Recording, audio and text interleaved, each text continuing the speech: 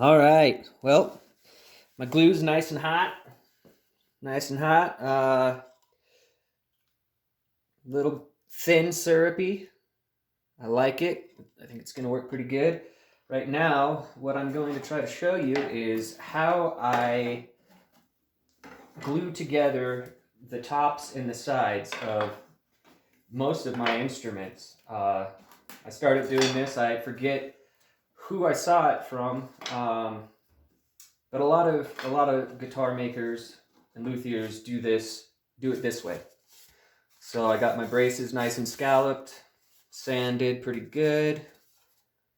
The top rough sanded to 220. This is flat. And so now all we have to do is apply the glue.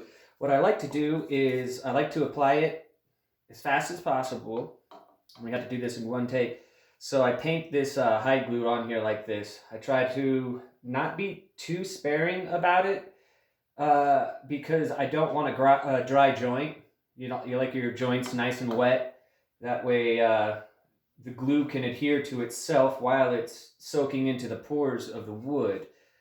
Okay, so there's the bottom piece, but also you also don't want to apply too much glue because then you'll get drips and that's sloppy, and when it dries you gotta chisel it off or sand it off, and that's no fun.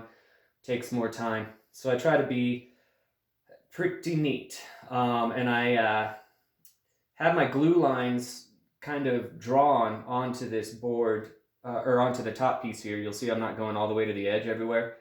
It's because I have a rough idea of where that glue is coming from. And with this high glue, you got to work real fast or else, well, there's nothing where else. You just got to work faster with this stuff because it dries out. Get it on while it's hot so it soaks into the pores, and then get it right on there. I have this little annex pin so that I can place it where I want. And then for the back, right in the middle of my top piece, is the middle of the ukulele. So we have a successful join. Hey! And then I just bend these to make it so that the top piece is going to stay on. I kind of like to work almost in like a star pattern, kind of like you would with tires. If you're changing a tire, your lug nut pattern.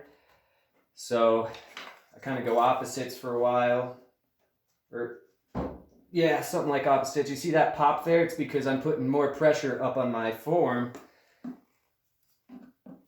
Oh, I'm trying not to be in your way here so you can see, but also I can't mess this up.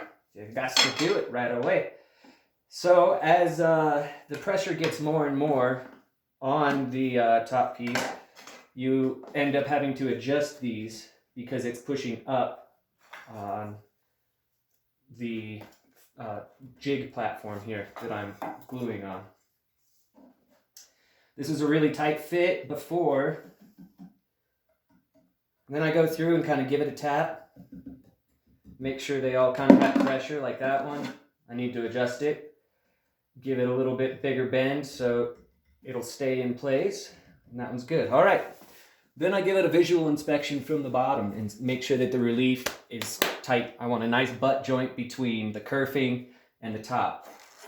And if there's a spot, like right here, it looks as if it bowed up a little bit and it's not mating with the piece there. So what I'll do is I'll cut a little piece of scrap and then pop it right there. And I think that depending on the hardness of the wood, I should be doing this all the time because putting a little saving piece because it does make small dents in this apple wood. Yep, now that's nice. I got a little bit of squeeze out everywhere. See that extra pressure there made that move. So now I think I'm gonna make another one that. Right, that little section there, I would like to be a little bit more tight, like a tiger.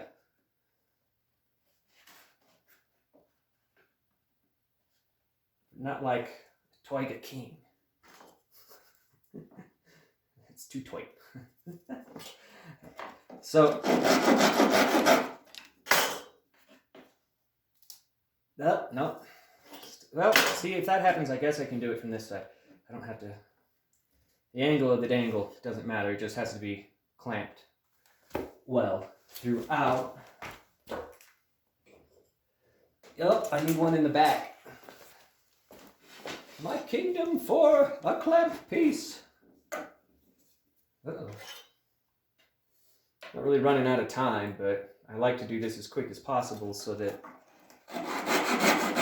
the glue can gel to itself. Because it really is like a gelatin. It's a hide glue made from animal parts. But it's a traditional glue that instrument makers have used for a while because it crystallizes and does well over time. Also, if you add moisture and heat it up, it can be reconstituted. See that?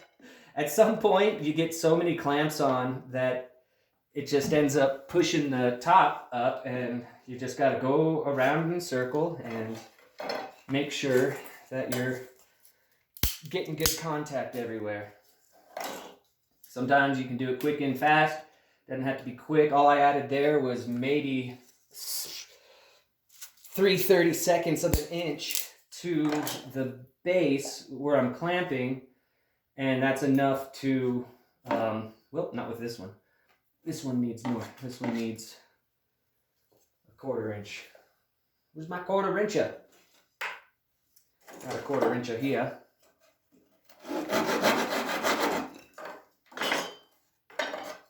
I'll come around this way.